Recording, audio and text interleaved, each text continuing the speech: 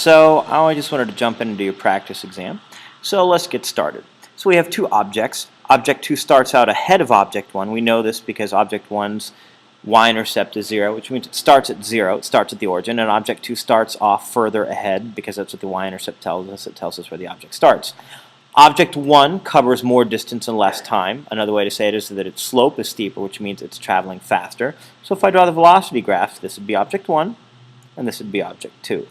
Now, if I wanted to have a written description of what's going on, the way I would write that would be like this. I would say Object 1.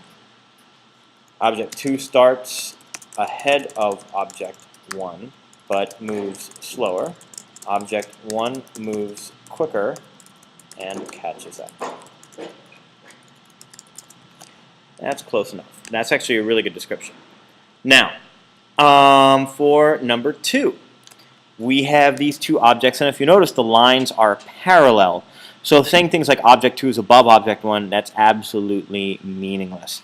So we also know that the slopes are negative, which means that it's going backwards. And the interesting thing is that they actually travel at the same negative speed. We know this because the lines are parallel. The slopes are the same. So I would actually label this as 1 and 2. And the way I would write the description of the motion is that I would say objects 1 and 2 travel backwards with the same speed. Object 1. Object 2 is further ahead of Object 1. And just to be really super specific, Object 1 is closer to the origin. That's how I would write that up. All right. So that's the first page. We'll continue the second page in the next video.